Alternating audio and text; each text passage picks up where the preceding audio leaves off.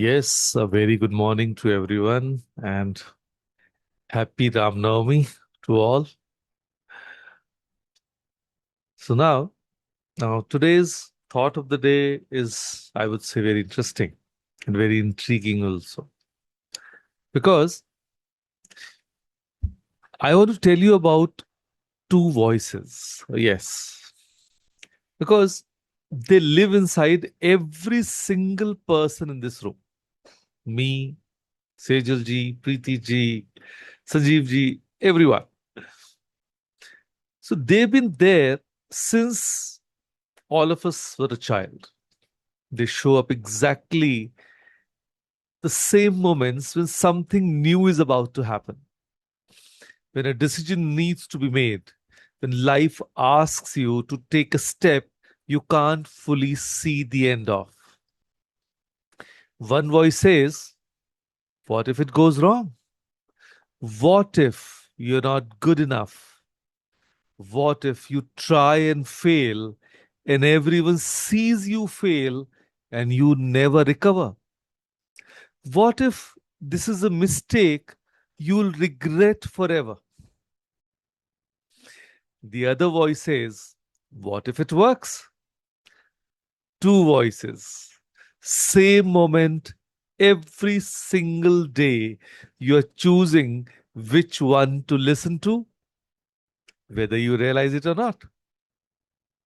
So, today we are going to talk about that choice and why the one you make consistently, quietly, in ordinary moments shapes the entire direction of your life. So today's session is about faith over fear, always. So let's begin with an honest look at fear because fear is not your enemy. Fear kept our ancestors alive when there were actual tigers in the forest. Fear is intelligent. Fear is useful. But here's the problem: most of us are no longer running from tigers. We are running from a presentation, a WhatsApp message we haven't replied to, or a result that hasn't come yet, a conversation we keep postponing. So, fears today are almost entirely imaginary. They live in a future that hasn't arrived yet, starring a version of us that hasn't existed yet. In a story our brain is writing right now without a shred of evidence. Think about this. Students preparing for board exams, half the stress is not about the paper in front of them. It's about the imaginary parent conversation after the results, the imaginary college that won't take them, the imaginary life that's ruined before it's even started. It's all happening in the mind. And the mind is brilliant at making fiction feel like fact. So, fear is imagination pointed in the wrong direction. It's your own creative power working against you. So, faith is simply the decision to point that same imagination somewhere useful. So, fear sees obstacles and faith sees of possibilities. So, let me say that again. Fear sees obstacles and faith sees possibilities. Same road, same person, completely different journey. So let me tell you about Nisha. She's 31. She's been the same role for 4 years. Her manager mentioned a leadership position last month, and she smiled politely and said, she would think about it. She's been thinking about it for 6 weeks. And here is everything she has thought. What if I'm not ready? What if the team doesn't respect me? What if I get the role and then prove to everyone, including myself, that I shouldn't have it? And meanwhile, her male colleague from the same batch applied the same week it was announced. No 6 weeks of reflection. He didn't wait to feel ready. He just went. This is not a story about gender. It's a story about what fear does to a perfectly qualified, perfectly capable human being. It builds a courtroom inside her head and puts her on trial before she's even walked through the door. Faith would say, I don't have to be perfect. I just have to begin. I just have to take the first step. I just have to be in action mode. The rest will reveal itself in the doing. Let me tell you about Kavita, a homemaker. She wanted to start a small business from home for 3 years. She makes the most extraordinary pickles, the kind that has every guest asking for extra dabbas to take home. But she hasn't started because who am I to charge money for this? What if it doesn't scale? What will my in laws say? What if I fail after everyone has watched me try? 3 years, hundreds of jars, a dream that is living in the waiting room of fear. And here is what I want Kavita to hear.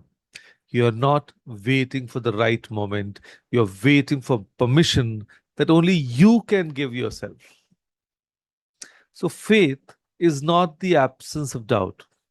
Faith is deciding that your dream deserves a chance, even while the doubts are still talking. And then there is Suresh, 42 years old, solid job, stable life. And somewhere buried under years of practicality and EMIs and be responsible, a version of himself he quietly gave up on. Maybe it was a sport, a creative pursuit, a business idea he had at 27 that he told himself was not practical. Suresh didn't call it fear. Men rarely do. He calls it being realistic, being sensible, knowing better than to chase things.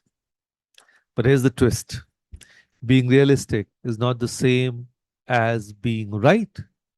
And the most unrealistic thing in the world, the one nobody expected to work, almost always started with one person who chose faith over the consensus of sensible people. So you're not too old. You're just not started yet. And there's a difference. So I want to clear up one of the greatest misunderstandings about courage. Courage is not the absence of fear. Yes, it is not the absence of fear. Courageous people are afraid. They feel every bit of the uncertainty, the risk, the possibility of failure.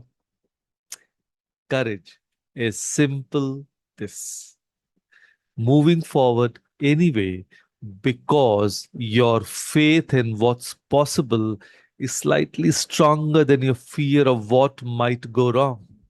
Slightly. That's all it takes.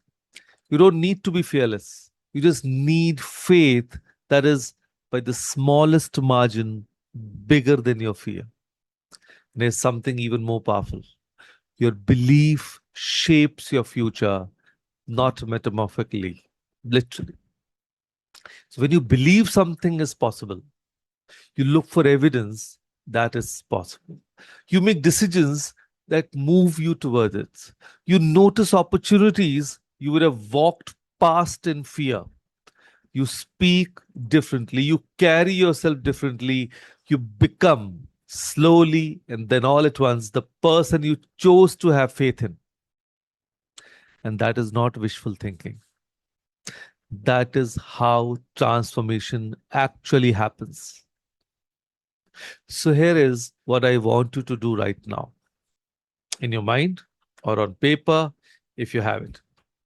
Write one fear. Yes, please do. The real one, the one that's been sitting in your chest for a while, the one you haven't said aloud because saying it out loud makes it feel more real. Write it, name it, acknowledge it, look at it, and then rewrite it into this. Even if this is hard, I trust it will work out. I say that again, and if you want to write, please note it down.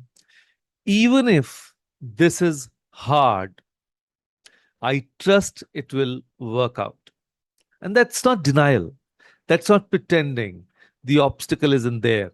It's simply choosing to put your weight on possibility instead of impossibility. Fear says, I can't do this because it might fail. And faith says, I'll do this because even if it's hard, something good is on the other side. Same situation, completely different posture, and posture determines everything. So I want to leave you with something that has stayed with me. Every person who ever did something remarkable, every person who built something, healed something, created something, changed something, they all had fear. Every single one. The difference was not talent, it was not luck, it was not perfect timing or perfect conditions. The difference was that they chose in one quiet, unglamorous moment to trust the unseen outcome more than the visible obstacles.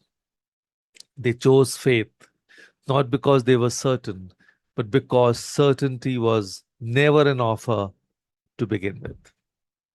Certainty is not the currency of a meaningful life. Faith is. And here's the most beautiful part. Faith is not a grand declaration. It doesn't require a dramatic moment or a life changing decision.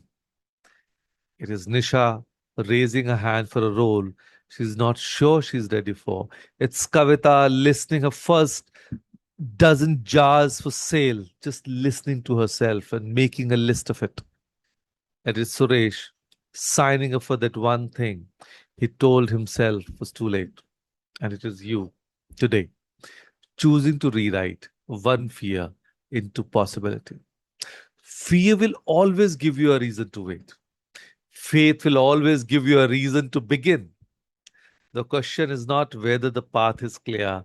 The question is, do you trust yourself enough to walk it anyway?